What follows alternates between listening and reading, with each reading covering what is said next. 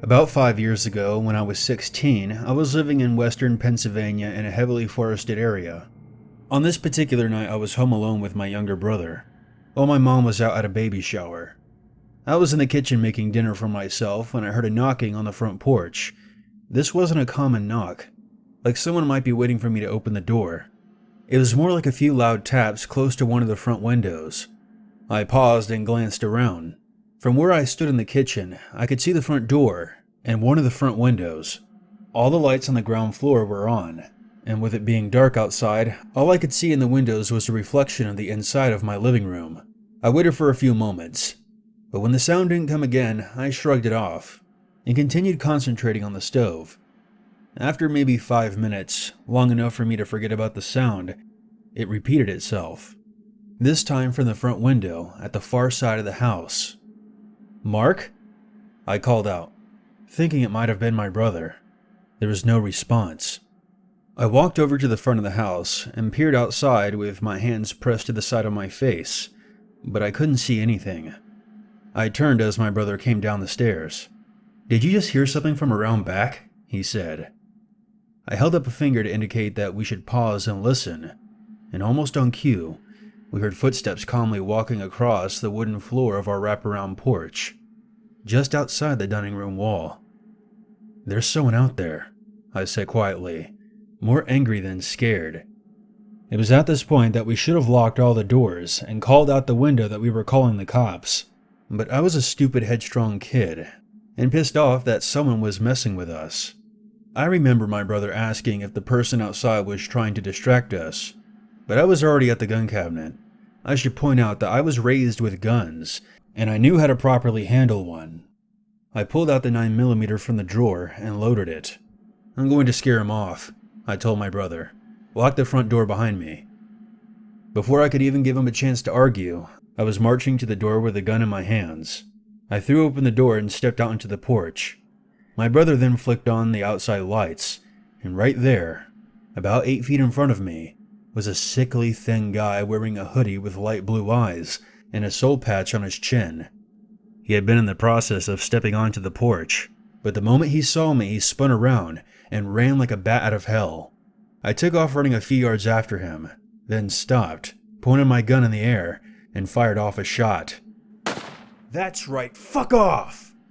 I cried out. I waited until he disappeared into the trees before turning around to face the house. I don't think I'm exaggerating when I say that for a few moments my heart stopped. I felt that momentary wave of ice water through my veins, and the painful thudding of my heart in my chest as it tried to correct its rhythm. There was at least 8 other people standing around my porch, and a handful more scattered around the yard. They were mostly men, but there was also at least 2 women, all dressed in dark jackets and hoodies, looking mostly like they were in their early 20s. None of them said anything. Instead, they all just stared at me, their hands mostly in their pockets, and I couldn't tell if any of them had weapons. Then they all just scattered. Some jogged away, but most of them just walked off in different directions out into the woods. I legitimately forgot for a handful of seconds that I was holding a gun, until I raised my hands to my face and felt its weight. I sprinted back to the front door and pounded on it until my brother let me back in. I had no idea what to tell him. I had just fired a gun up into the air, and none of them had cried out or made any sound whatsoever. Had they been drunk or something and were trying to pull a prank, they would have said something. They would have been like, "Whoa, sorry man, wrong house, put down the gun." But all they did was just look at me, like I had just ruined their surprise attack. And more disappointed than scared, they all just wandered off. I had no idea what to make of it. My brother turned on all the lights in the house and called the cops, who to their credit arrived within 10 minutes and swept the perimeter. There were footprints everywhere, and they asked my brother and I numerous times if we had just had a party. I kept telling them a dozen or more people had just been loitering around our house in the darkness, but the cops didn't seem to take it that seriously. They asked if the strangers had threatened us, and I had to admit that they didn't in any direct way. They confiscated the handgun after I told them that I fired off a round, but they eventually returned it. I have no idea to this day what those people were doing that night outside of our house. My brother suspects that they were part of some kind of cult, and maybe have been setting up to perform some kind of ritual, and maybe that we were set to be human sacrifices. I thought it more likely they intended to break in and rob us, but saw the gun and bailed. That doesn't explain the silence though. None of them uttered so much as a sound as they looked at me and just, as if instructed by some signal, scattered all at once. I've read that during alleged UFO sightings, people can become hypnotized by lights that appear above them, and they wake up hours later in entirely new locations having no idea what happened or how they got there. I can't dismiss that kind of possibility. They all seem to be hypnotized. That group of people has never returned, and I haven't even caught a glimpse of anyone I recognized from that night in town. We bought a dog not long after.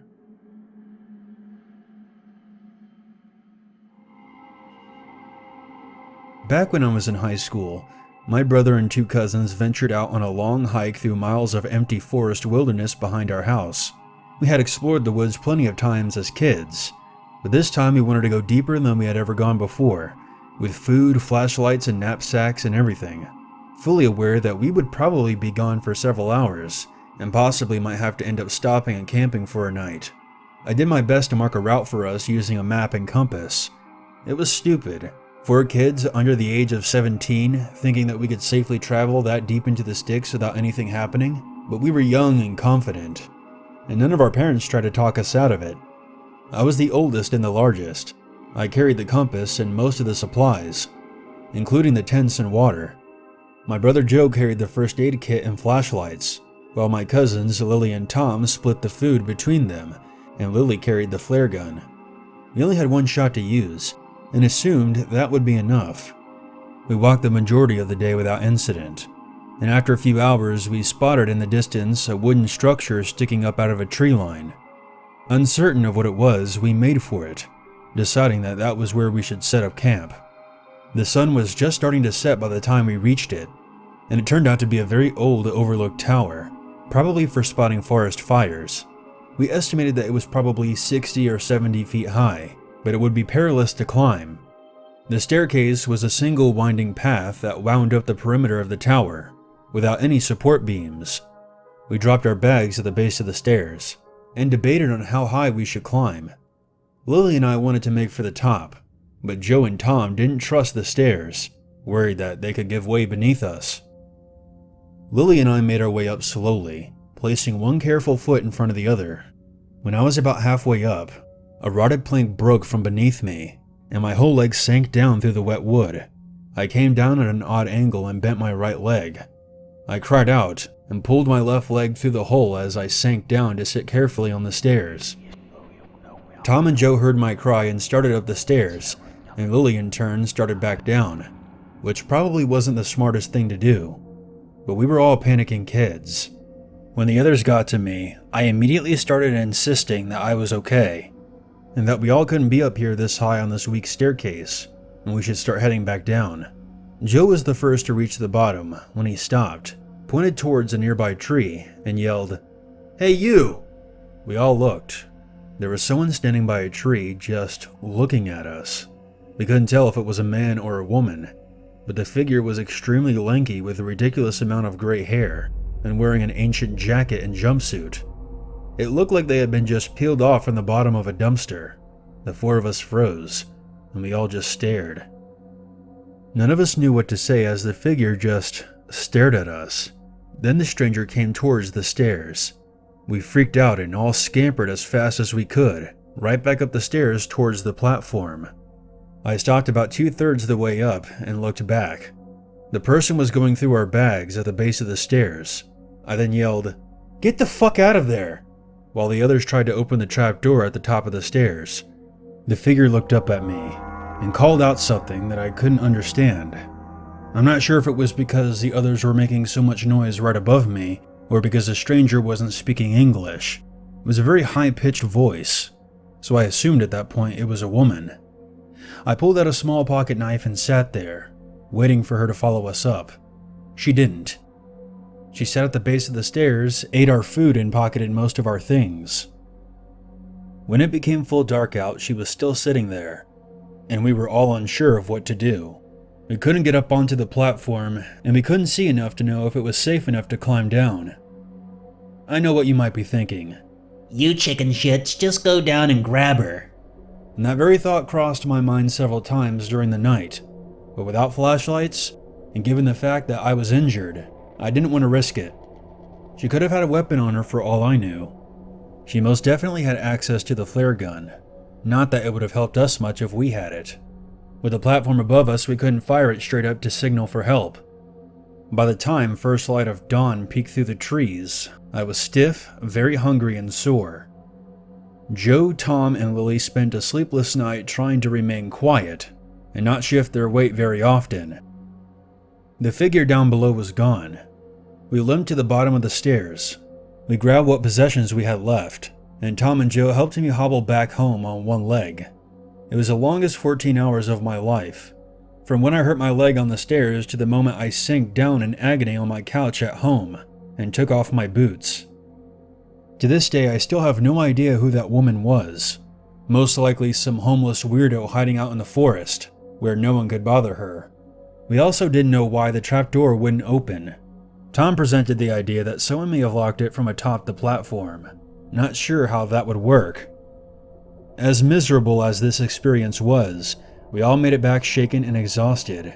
And other than my hurt ankle, we were all unscathed. It didn't occur to me until much later that hurting my leg may have saved us all. What if we had camped on the ground that night? And while we were all asleep, the strange woman had crept into our camp. I think it could have been a whole lot worse.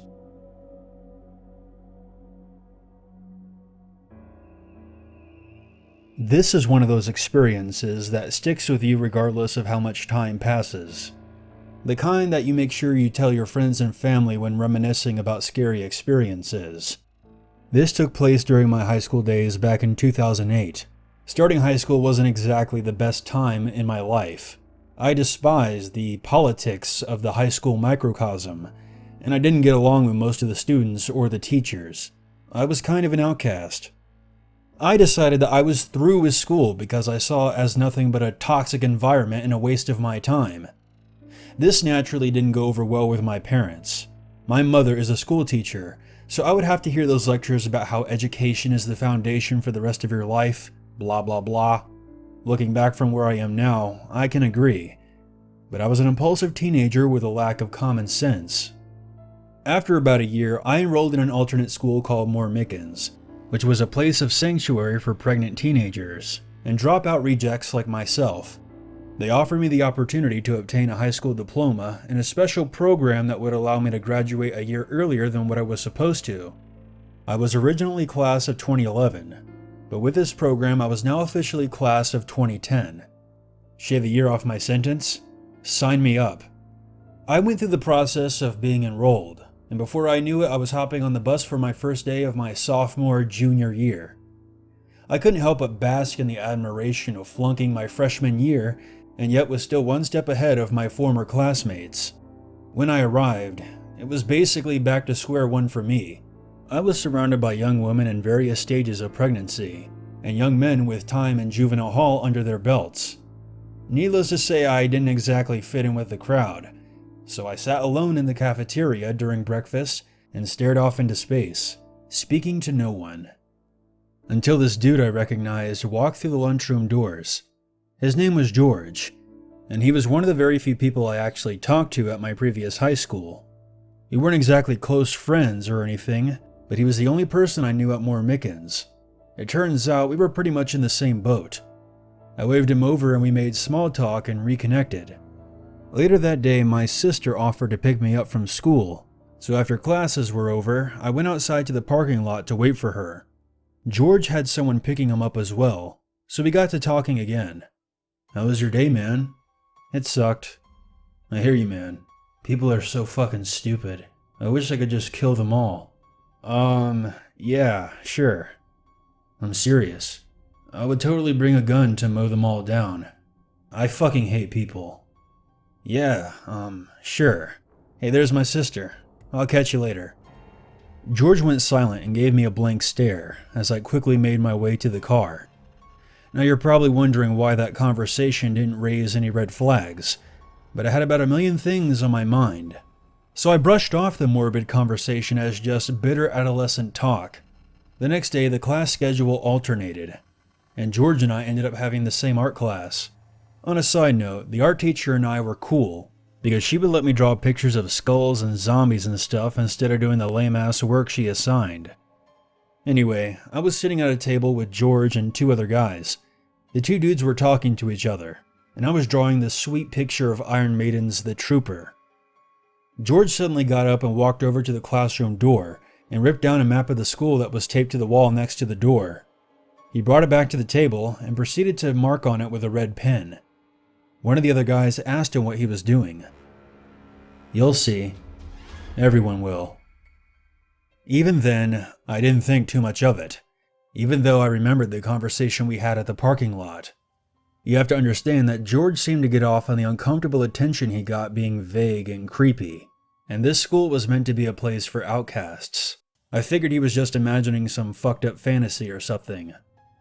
A couple of days after that, I was walking to art class again, but just before I entered, the door opened and a police officer left the room escorting George away, followed by the principal. I froze in genuine shock and dread, and all I could think was, oh shit. George was staring right at me with cold eyes as he passed, and I had to look away. Turns out, I wasn't the only person he hinted to about his twisted aspirations. The school was full of young parents after all, and apparently they took his behavior as more of a threat than I did, and in retrospect, I don't blame them. They found some stuff on his MySpace page that alluded to some sort of plot to shoot up the school. Here in Florida, threats like that are taken very seriously, even if it is just some fucked up teenager spouting some bullshit because he hates his life.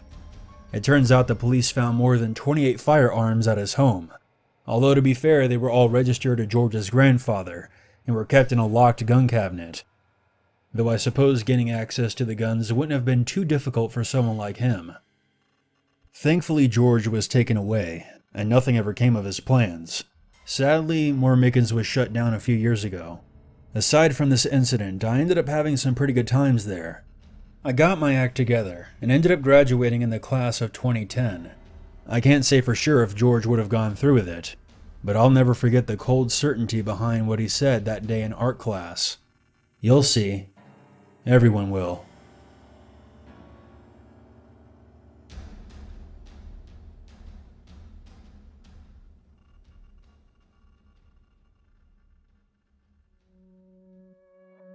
Hey guys, Uncle Unit here, and I hope you enjoyed the stories. That last one was actually a personal story of mine, and looking back, I should have taken that whole situation a lot more seriously than I did. If you go to school and there's someone talking about shooting up the place, please tell someone immediately. Even if you don't think they're serious about it, you can't take that risk. If they're talking crazy like that, it means they need help, and something may not be right at home that needs to be looked into. With that being said, I just got over this really bad cold and I'm glad I'm well enough to be making videos for you guys again. For those of you who don't know, I had my wedding last month on the 25th, and I got sick right after that all happened, and I was like, man, that sucks because I'm leaving for my honeymoon on the 10th. So I wanted to get as much content out as possible before I left.